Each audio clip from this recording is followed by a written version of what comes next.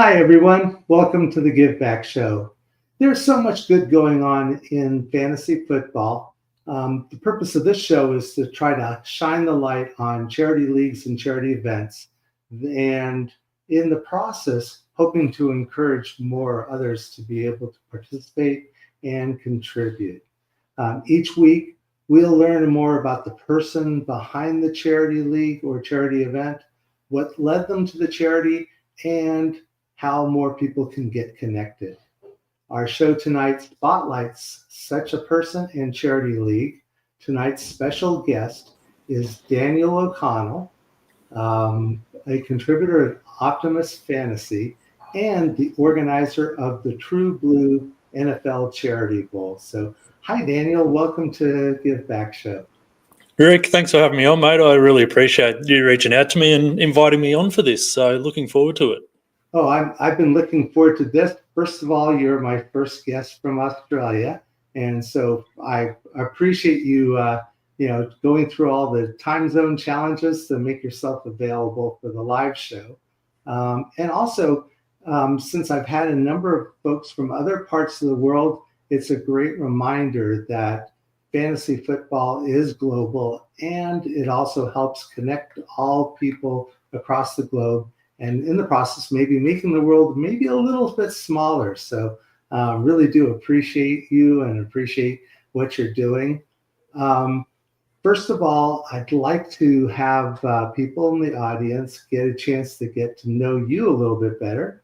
And then we'll go into more detail about the charity league and the charity event that you're doing. So why don't we begin by you telling us a little bit about yourself?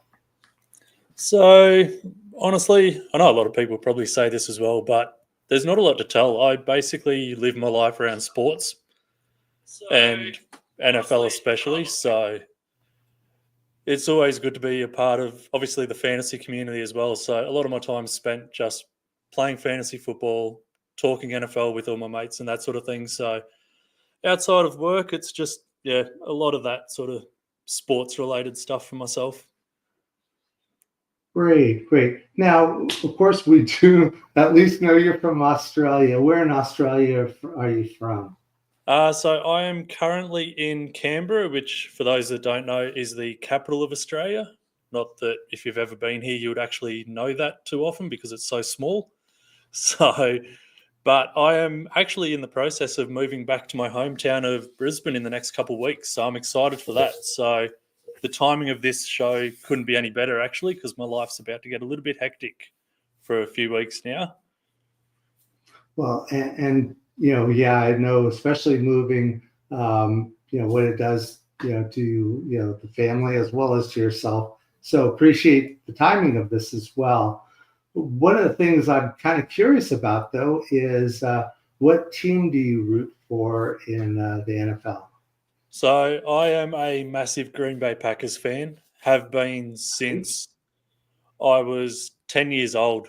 So I'm like 42 now, so 32 years of supporting the Green Bay Packers. So we've had a lot of good times over those years and a lot of close times, but not good enough. So going back a long way. As I knew that Sniper Mel would jump immediately in and now create a good bond with you. What led you to rooting for the Green Bay Packers? So obviously, being Australian, back then we didn't get a lot of the NFL games on TV and that sort of thing. So, and this is going back before we had internet and everything. So it was hard for Australians to sort of get into it at that time. Basically, for me, we have the video stores, like you guys would have had it over there as well. All the video stores were your movies, and they had video games as well on the shelves. So back then, I was a Super Nintendo kid. So you go there to the store, you'd go to the video game section just to see what's there, see what you can play for the week or whatever. And in Australia, for me, the biggest sport is rugby league. But we didn't have any games on consoles for rugby league at that time. So I needed to get my football fix. And I just happened to see the cover of Madden 92 and wondering what that was all about. I'm like, that looks like football. That'll do me. I'll take that home and check it out. So I spent probably the first half an hour after getting home, as you do as a kid, you cycle through all the teams, looking at the logos. And I saw the Packers logo and green and yellow being Australian colours. I thought, well, simple case of that's my team now. Perfect fit. And So that is basically as simple as it gets as far as my fandom started. oh, that's nice. And when you've been following the team, and so I always like to find out a little bit more about each of the teams since I'm a Houston Texan fan, and I probably could talk for a couple hours on what's going on with the Texans. But I'm kind of curious, what are your thoughts about the team for 2025 and going forward? I think there's, like everyone says this about their team before the season starts, but I think there's so much to be excited about as a Packers fan this year. Obviously, we've had the youngest team in the league for the last 2 years, so we're starting to see a lot of the young guys now hopefully take that next step, and especially Jordan Love as well. Getting a fully healthy season out of him hopefully this year will be something that boosts this offense up as well. And then we just need our defensive side of the ball to keep going the way they did last year, the first year under Jeff Hafley, which I know a lot of the players on the defense get a bad rap because the sack numbers aren't high for the individuals and that sort of thing. So people think that they aren't playing well. But overall, as a team, we were right up there in defensive efficiency and defensive stats across the board. So, like I said, I think there's so much to be excited about. Hopefully we can take that next step and get back to competing for Super Bowls. And as a fan of Edgerrin Cooper, I know that, they've got some, pretty good players on the defensive side, but I think most folks have been focused on the offense and the passing game. Your thoughts on Matthew Golden being added to the receiving course? When that moment happened at the draft, I was so pumped. So you'll see in the chat, Brad Bolt, he's my host for Optimus NFL, and last year we did a live stream for the draft. Unfortunately, this year we weren't able to because Brad had himself another child, or his wife had himself another child. So he was sort of busy when the draft was on. So we were sitting there messaging each other all the time during the draft. And the minute Mark Murphy came out and started announcing it, before he even said who we were picking, I lost it. I was so excited. And the build up to the way they announced it as well was just such a good moment. So, and on top of that, he's a hell of a player as well. So I'm really excited to see what he can do in this offense. Yeah, as someone from the University of Texas, or as someone who has watched at least the University of Texas play for a while, he is going to, I think, be a special wide receiver and helps, I think, fill in the gap when Christian Watson was hurt. And I think Christian Watson's injury history has been enough that I think it's a great addition. And then, we'll hopefully take some of the pressure off the other wide receivers and finally be a wide receiver one for the Pack. So I think that was a great pick by your team. Yeah, definitely. One of the things, and you mentioned rugby being the number one sport. I'm kind of curious since I've heard the phrase Australian rules football, yes. Which is quite different from American football, or even, I guess, football with the FUT football, the more global soccer sport. So can you give me just a brief, explanation on how the two differ and how popular that's a sport within Australia? So obviously rugby league and rugby union are fairly similar games. Like there's differences, obviously, once you get into it, but overall they're fairly similar. Australian rules football is completely different. More different than anything, obviously, you guys over there would have seen. And Brad Bolt, being from Adelaide, thinks Australian rules is real football.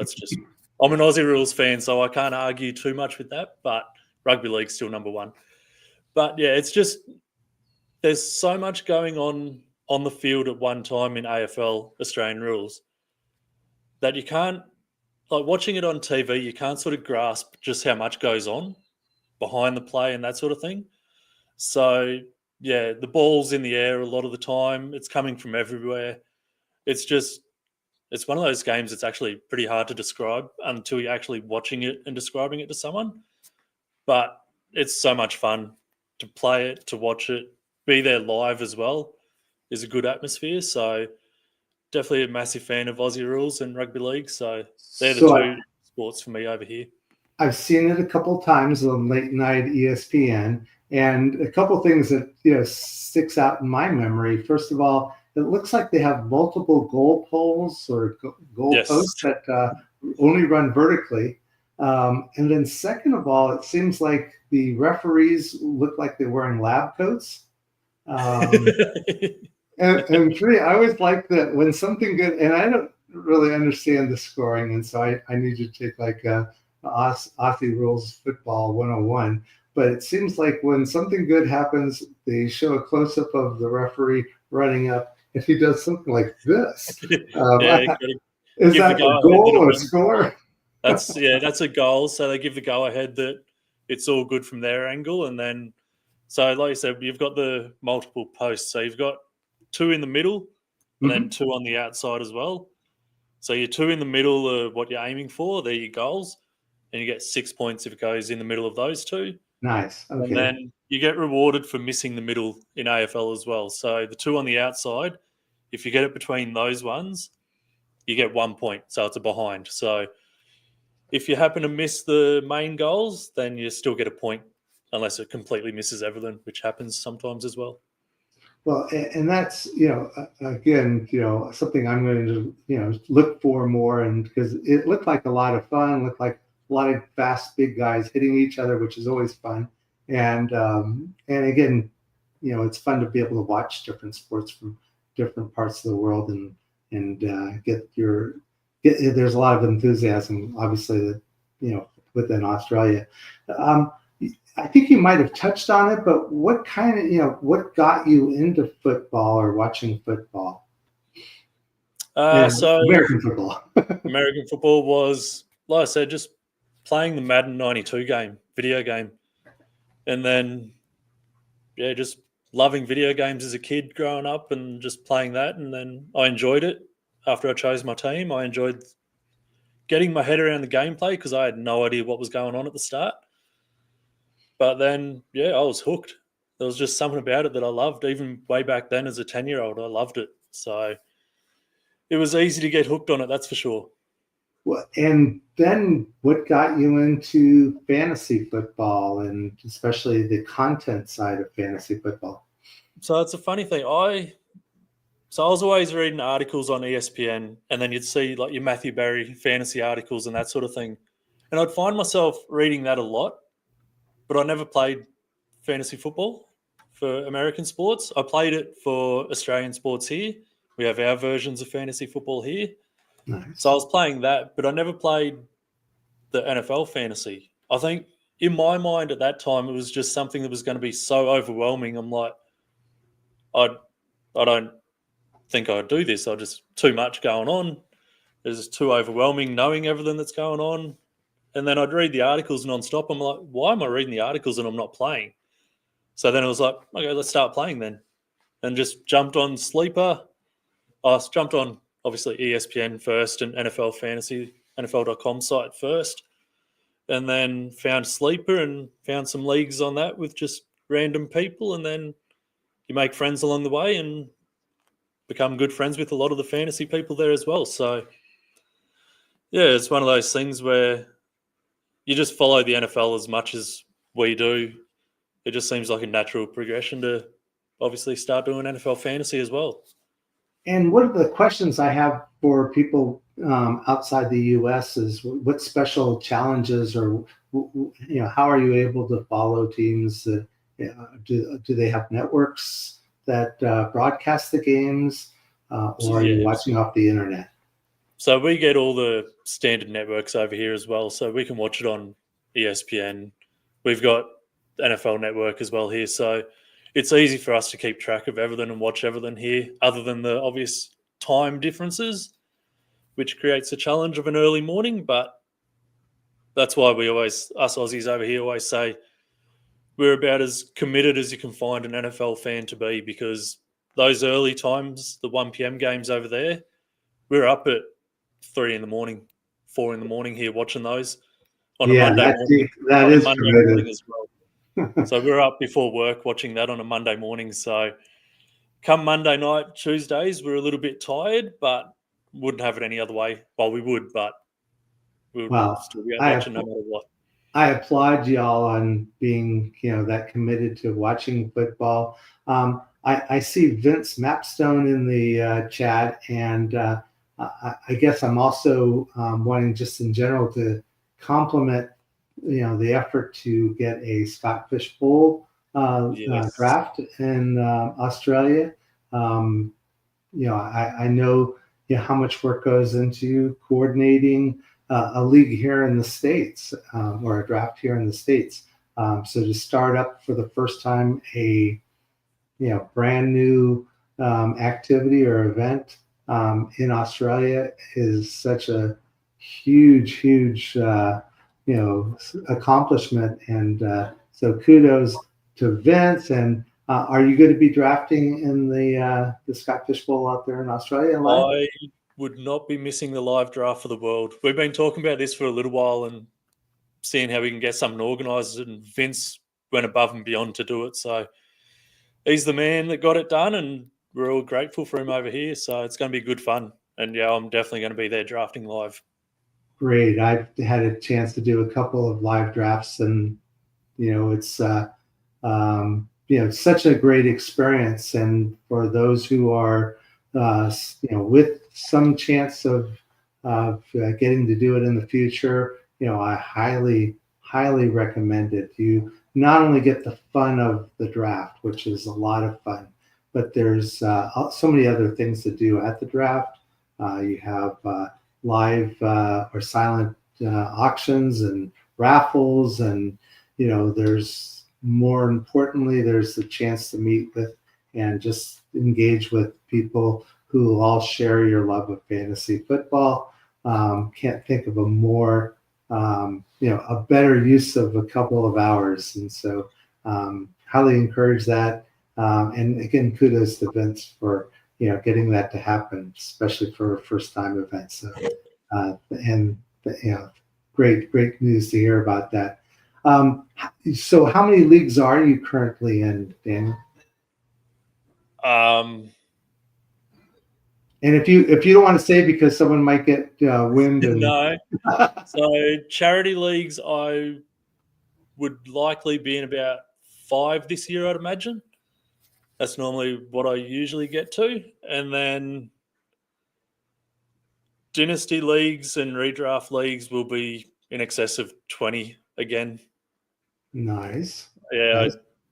I know that's large numbers. A lot of other people have much larger numbers than that, but a lot of these leagues have been going for almost 3 years now, 4 years now. So yeah, it's one of those things where, like I said before the show to you, it's one of those things where you get asked if you want to be in another league, and you should say no, but you can't help yourself sometimes, especially when you see some of the other people in the league as well, where they're good people. So just being involved in that's always good. And also, what do you do outside of fantasy football? Work 2 jobs at the moment, so that takes up an awful lot of my time. So, and then outside of that, I try and spend as much time as possible researching and getting involved in that side of things for Brad's in the chat, Brad and my show with Optimus NFL. So we're trying to get that. We've been doing that since last year, trying to make that bigger and better each year as well. So a lot of time spent trying to get my head into that and just grow that as much as we can together. Yeah, and I see Rachel in the chat, and she's asking if there are any Australian women fantasy players.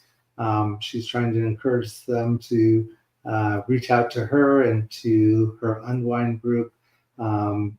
I also know that the Battle of the Sexes is looking for a handful of women players to be able to complete the Battle of the Sexes charity league as well. So anyone in the audience who's interested can reach out to me on that, and I'll connect you up to Wendy and Michael and make sure you get a chance to play in what's also a very, very fun charity league.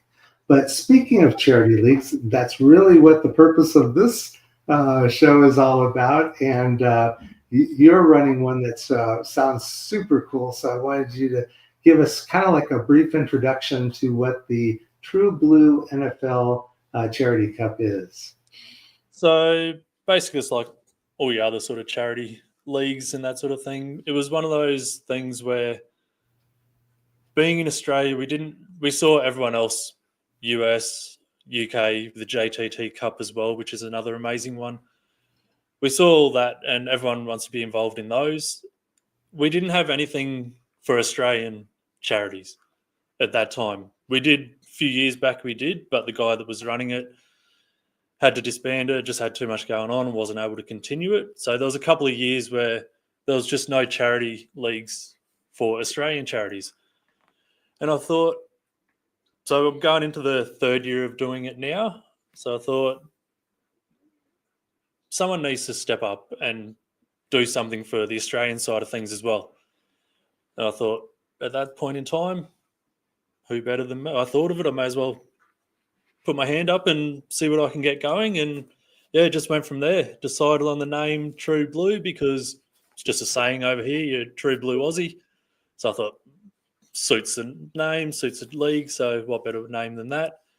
So yeah, it's basically just going into the third year now, just trying to drum up interest in it. I've been pretty slack this year, to be honest, with promoting it and that sort of thing. So the fact that you reached out for me to do this was awesome.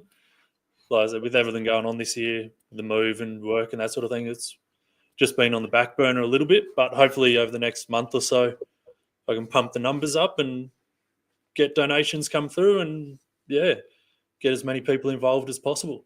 And I'm glad you kind of explained that, because that was one of my first thoughts or my first questions is, what led to the naming of the charity league? And True Blue, I was thinking in terms of, I don't know, New York Giants, No. or some other team that is, blue is the predominant color in their uniform. But I'm glad you shared that. That's also an Australian thing. So. Yeah, as well. I don't even remember some of the names that I was looking at doing. I don't think there was that many before I landed on True Blue. It just seemed to make the most sense, and it just rolls off the tongue well. So, yeah. And one of the things, and I think you shared with me that the charities can change, or that the charities might change from year to year. So can you talk about how that happens? When I started it, I thought I didn't want to just lock in on one sort of charity, because there's so many amazing charities and so many amazing causes. I didn't really want to lock myself in on just choosing the same each year. So I kind of decided what sort of cause I wanted to support and just go from there each year. So it started off for me, especially for me personally, the main thing was mental health. And I'll talk about it here. I've struggled with my mental health for a long time now. I still do. So for me to be able to do something like this and donate towards mental health charities and get people excited to join and to be a part of that donation, it meant everything to me. So yeah, that first year started off with mental health as the main goal and just being able to talk about it and that sort of thing, because I know we have reached a point where it's easier now to talk about it than what it used to be, but we still don't talk about it anywhere near enough. And I'm the same as well. I still don't talk about it anywhere near enough, but I thought it was a good way to just sort of start that for here as well, and for me especially. So that's how it came about with doing for the charity for mental health. And then last year I changed it up to the domestic violence cause, because again, that's something that's super important. Another important topic. So, yeah, so it's just one of those things. It may be different each year. It may roll over the same sort of thing each year as well, but I guess it kind of just depends on my mood at the time leading into that year, I guess. But yeah, so this year I've gone back to mental health cause again. So hopefully we can raise enough money, plenty of money for that, and just keep it rolling. So and that's such an important topic. One, and especially we men, and especially surrounding or around the football, there's so much I don't know, internal pressure to keep things in and not, admit we're having challenges and, kind of hunker down and fight our way through it when, you know, all of us are, facing, difficulties and challenges throughout our lives, and to be able to be more open about, what we're going through, and to look for others for guidance or help, or, and including up to, professional help where available and needed, is such an important, story, and something we all, especially, as I mentioned, us men who, are kind of like, no, we're not supposed to have problems. We're supposed to be, you know, the leaders of our family, and, we're supposed to be able to, just, fight our way through. I talked with a couple of folks already about, various things that are being done in the area of mental health, and I know Michael Half came on, talked about the mental health podathon that he has been doing. I think Ronnie Evans also talked about something he's going to be doing to support and drive awareness of mental health. And I think it's an important topic, and hoping that by people like you talking out about it and raising awareness, it will always be a challenge, but it will be less of a challenge. So the funny thing is, I didn't even plan this, but you can see it. It's probably backwards, but I've got this jumper I found online. It says, "You are enough," and on the back, I won't turn around and show you, but on the back, I forget exact words, but it's to the person walking behind me: "You are loved and you are seen." nice. I randomly saw it just scrolling the internet one night. I randomly saw it online, and I'm like, "That's actually cool." I might buy that. Actually, one of the most impulsive decisions I've made, just to buy it then and there. I didn't realize I thought it was an Australian company. I didn't realize at the time it was a UK company, so it cost me a hell of a lot more than I expected it was.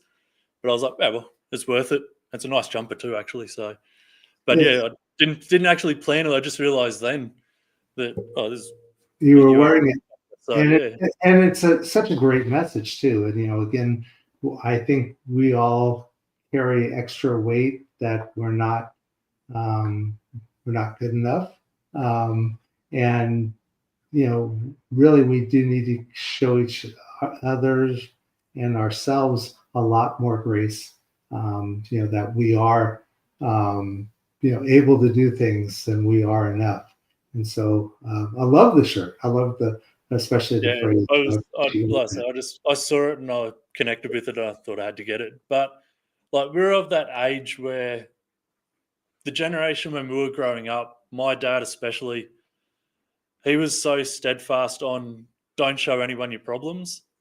You deal with it internally and just get on with stuff. And when I was a kid, I lived by that as well, even up through my teenage years, especially. And I realized how damaging that was to have that mindset. And I spoke to dad, like he passed away 7 years ago now, but I spoke to him in the years before he passed. I said, like, you understand that can't happen going forward, right? And he goes, oh, absolutely. I said, it's that mindset that's the worst thing you can have, because the more you hold it in, then it's obviously one of those things where the water just keeps overflowing and it just keeps going and going. And if you don't reach out or talk about it, even just some random person, which I actually did years ago, I'll get into that story as well. But it's one of those things where the more you hold it in, the worse your life gets, because you just have no outlet for it. And then we've seen it happen way too often where people don't reach out and it becomes the worst conclusion that could be. So the more Yes. people that talk about it, the better, to sort of avoid that, I guess, final step of someone not able to carry on. So, but going back I'll talk about this now. Going back a few years when I first started really opening up myself about my struggles and that sort of thing, you would have seen his comment on Blue Sky, Smokey Hell Nelson, one of my best mates that I've come across in the fantasy community, which I'm so grateful for. he had his old Smoke Show podcast where he had a video on there where he spoke about his own mental health issues and what he'd gone through in the past. And hearing him talk about that and so openly talking about it as well. Like, if anyone knows Josh Smoky Hell Nelson, he's the most, I guess, I'll say out there, but he comes off as the most confident out there person you'll meet. But to hear him have that internal struggle as well, where he was strong enough to talk about it on his show, I never spoke to him before that, never listened to his stuff really before that, hadn't interacted with him. But I heard that episode of his and I thought, Jesus, if someone like him, where he comes off as just being the most happy-go-lucky guy ever, is dealing with that as well, and he's come out and spoken about it, it just clicked in me where I reached out to him in DMs on Twitter and just said, hey, I really appreciate what you did on that show. I'm going through this and that, and the fact that I see you like talking about it like that means everything. And since that moment, he's, outside of my mates in Australia, and that, he's been one of my best mates I've met through the whole thing with fantasy football as well, and just talking about mental health. So it's funny how you meet people in different ways and just the most random interactions happen and become lifelong friends and that sort of thing. So, like I said, talking about mental health, no matter how hard it is as important as it gets in life.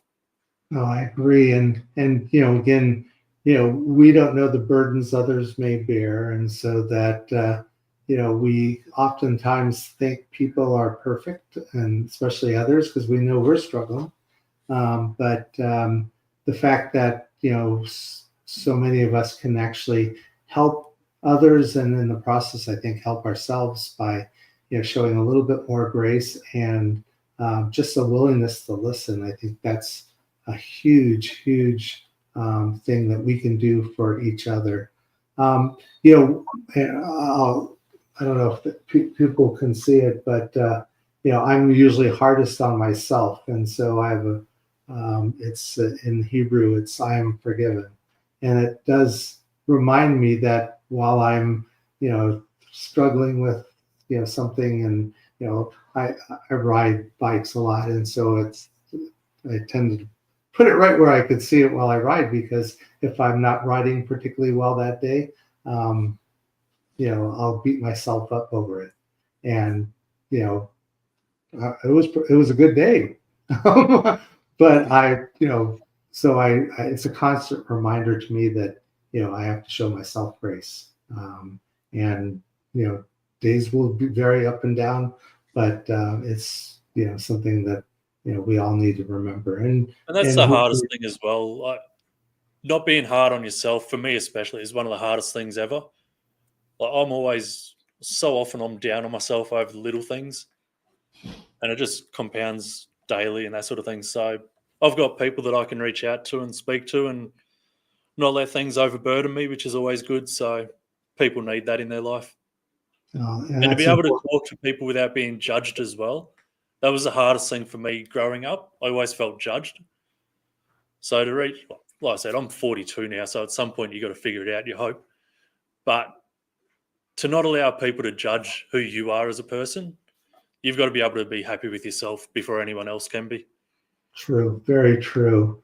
And, again, one of the things that we're hoping we're doing through this show is to remind folks that, we all come together to play a game. And it's kind of a silly game because it's a game based on other adults playing a game, that we used to all play as kids.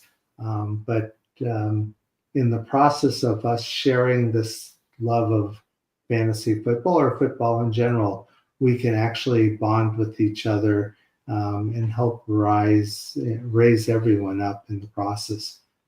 So just listening and being available to others, and also showing yourself grace, so that you're not letting things build up inside of you to the point of breaking, is an important lesson. Hopefully folks will get from the show. And we want to get into a little bit more about the actual True Blue charity Cup. And so why don't you tell us how the league works, especially for those who might want to be able to join, what they could look forward to if they were able to join your league. So we'll be Superflex leagues. Most of my leagues are Superflex, so I just figure I'll have that. I think the first year or even last year, I got enough interest where there was a couple of one quarterback leagues and that sort of thing. But most people joining are happy to do Superflex, and that's what I'm after as well. So it's as standard as the scoring can be, with a few little tweaks like your bonus points and that sort of thing, and your bonus PPR and that. But yeah, try and keep it as standard as possible without getting too complicated. I know Scott Fishbowl gets mighty complicated sometimes, which is always making that fun as well. But yeah, I think it's just best for this starting out. We're still super small at the moment. So yeah, just trying to keep it as simple as possible to get people involved. And this year, I think more than the last 2 years, I'm going to be running it as best ball leagues more than most, because it's just so much going on in people's lives. It's hard to keep track of week to week for a charity. Like, you want to be as involved as possible, but it's not always the case. So I think making it best ball might just be easiest for everyone as well. So I'll probably run a few waivers during the year at set points. Just injuries happen and that sort of thing. So you want to still be able to have players on your roster that you can have playing. Yeah. But yeah, so I'll try and keep it as basic as I can without getting too complicated with it. And yeah, we run it on Sleeper because I don't enjoy other platforms. Sleeper's Yeah, it is a very for me. user-friendly, nice interface, Yeah. especially the mobile version of it. Yeah, so and I did the eliminators leagues this year, and they're on my fantasy league, and I have so much issues on there just getting my head around the whole thing. Yeah, MFL is a challenge. Yeah, I'm just so used to Sleeper, and so many people use Sleeper, so it's just the easiest one to do. Yeah, I've done MFL for a number of years now, so I'm kind of used to the the format and the user interface. They don't have a mobile version, so I use MFL Platinum, which is like really bad. So hopefully, every year there's a rumor that the MFL developers are coming out with improvements in the UI and also a mobile version. So we'll keep our fingers crossed. But if you have any questions about how it works, feel free to reach out to me. Like I said, I can now kind of do it in my sleep. It's a lot of the more involved or more unique leagues like it because it's the easiest to do. Differences in rules and differences in structure and the customization on MFL is insane from what I've seen. Yeah, so I can understand people doing leagues on there. Yeah, it's just not something I enjoy doing too often. Yeah, but yeah, once you've used it, and yeah, I noticed that Vince is coming around to MFL too. I think that some of the weird ways, it isn't very straightforward, but how to make a draft pick, doesn't necessarily jump out to you. But once you kind of get the hang of it, then it's like any other platform. The one thing I like more about it than Mel's crying about it or puking about it. But one of the things I like best about MFL is that I think Sleeper's still lagging in terms of ADPs. And so there's times where if you're interested in drafting a person, you have to remind yourself to scroll all the way down because their ADPs don't catch up to the reality of the current league. But there's definitely a lot that goes into it, especially like you said with the ADP. You can easily miss a guy just because they're not where you think they are when you're going to be looking for them, but has its advantages as well because you can take advantage of people that miss that and get them at a good discount, hopefully. Well, now you mentioned that you started the league up because, or to address a need within the Australia fantasy community, but this is not just solely for people in Australia. This is people from all over can apply and participate in your league? Definitely, yeah, definitely. We've had people from overseas in America come join, and UK as well. So definitely Cedric Tillman love. I was on Cedric Tillman at the draft, and I was disappointed that he hasn't worked out just yet, but his time will come. But Yeah. yeah, no, definitely open to everyone worldwide.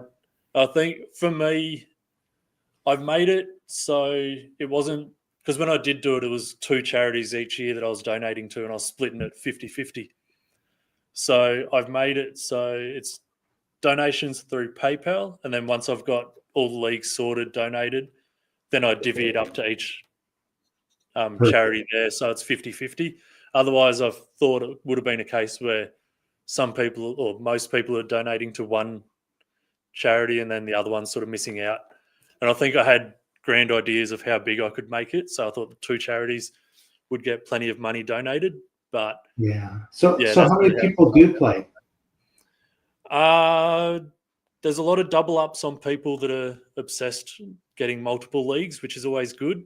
But we managed to get, what did I have first year? I think I had 12 leagues running, which were 12 Wow. team leagues.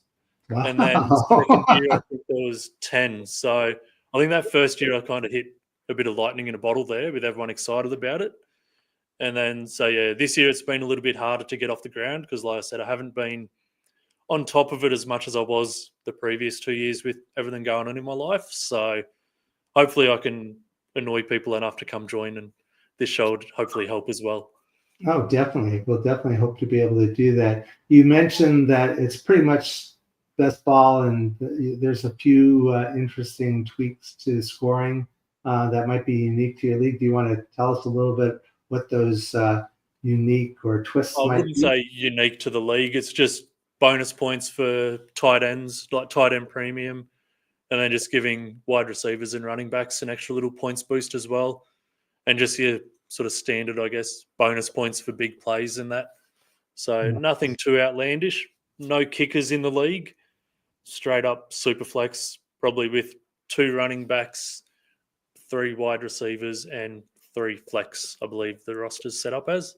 Nice. Yeah, that's So, yeah, it's pretty standard, pretty basic. Keep it as simple as I can for people as well. So, and as someone who actually prefers kickers than tight ends, because I never spend up to get the top 3, and then after that, 4 through 25 are pretty much the same tight end.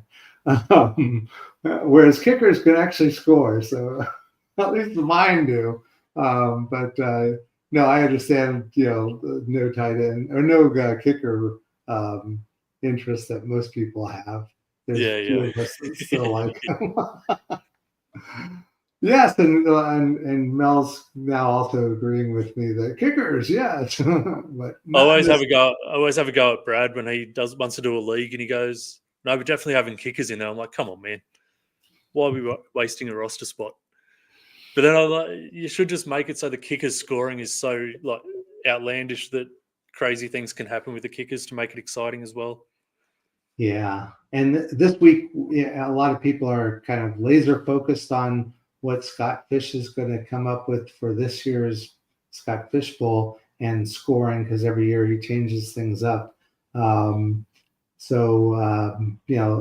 of the last year, the uniqueness of having not just kickers, but having kick returners and punt returners in the league made for some interesting, draft choices and interesting top scorers. I know that a lot of people in the draft that I was in were quickly going after people like Marvin Mims and Yes. Rashid in New Orleans because they were not only kickers who were pretty successful, but they also played a normal offensive role.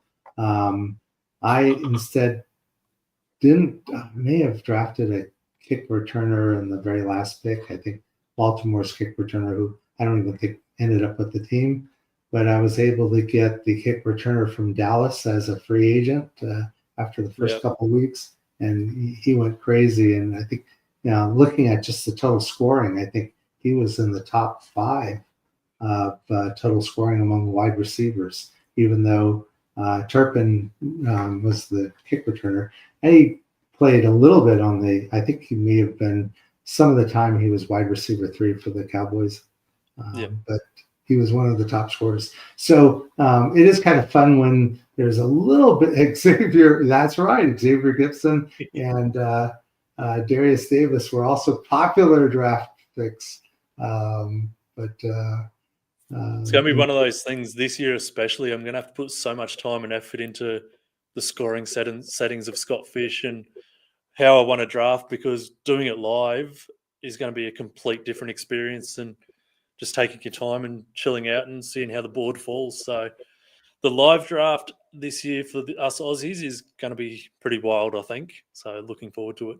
Yeah, and I think just in general, though, no league has ever won or lost, at the draft.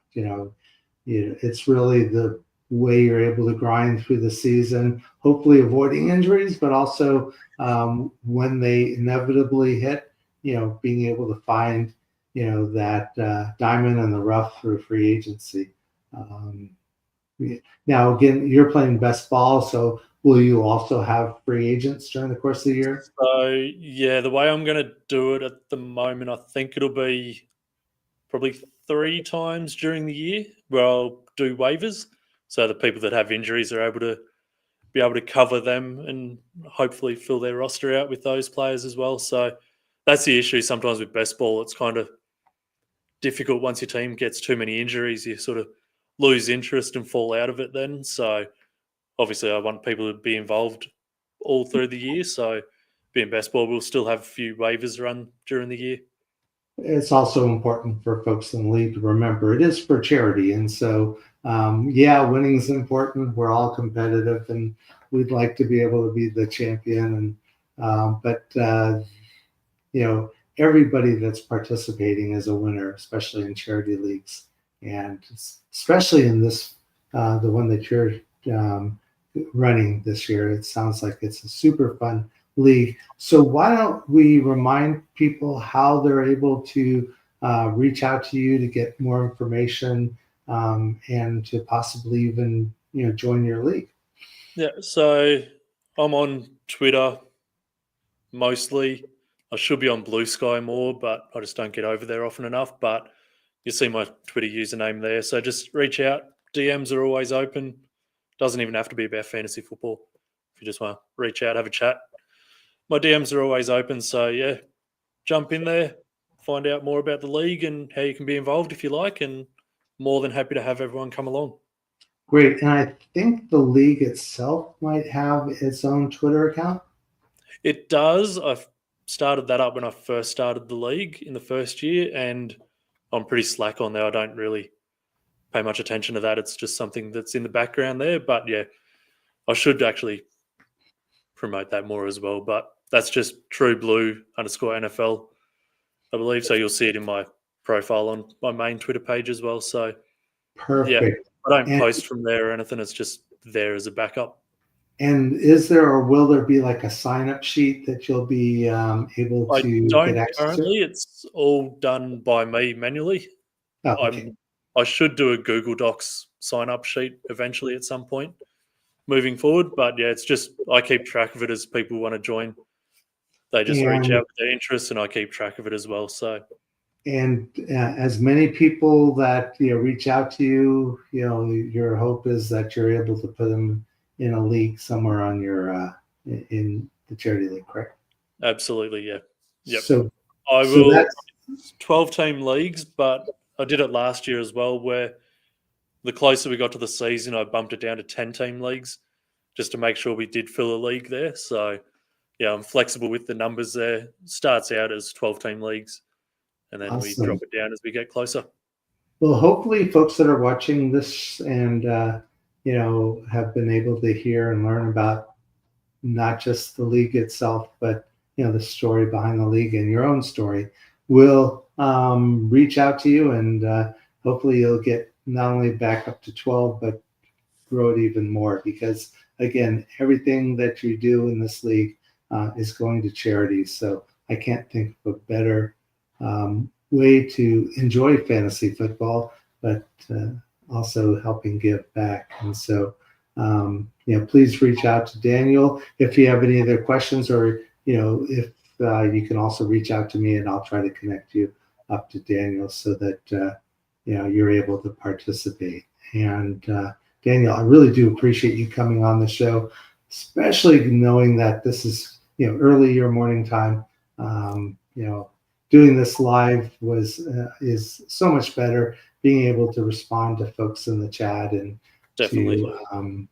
and also to hear live. I think that's always better than pre-recording. So I appreciate you wrestling with your own personal schedule to make yourself. No, it worked out well because, like I said, I'm moving interstate, so I'm leaving my job in a couple of weeks and had some sick leave there that I needed to use. So what better way to use it than to come and have a chat to you now? Oh, I appreciate it too. I appreciate finding out about the league, and I'm super excited. Hoping that folks will help you not only fill your 12, but, as I said, grow this league, because it sounds like a super fun one. And also folks who are out in the audience and running a charity league or a charity event. And if you'd like to be a guest on an upcoming Give Back show, please reach out to me. My Twitter account is right there. And love to be able to try to, schedule time where you're able to come on the show and we can help raise awareness to what you're doing. Next week, next Tuesday, we're going to have Johnny Edwards coming on to talk about the Orkney Bowl. Johnny's going to be my first guest from Scotland.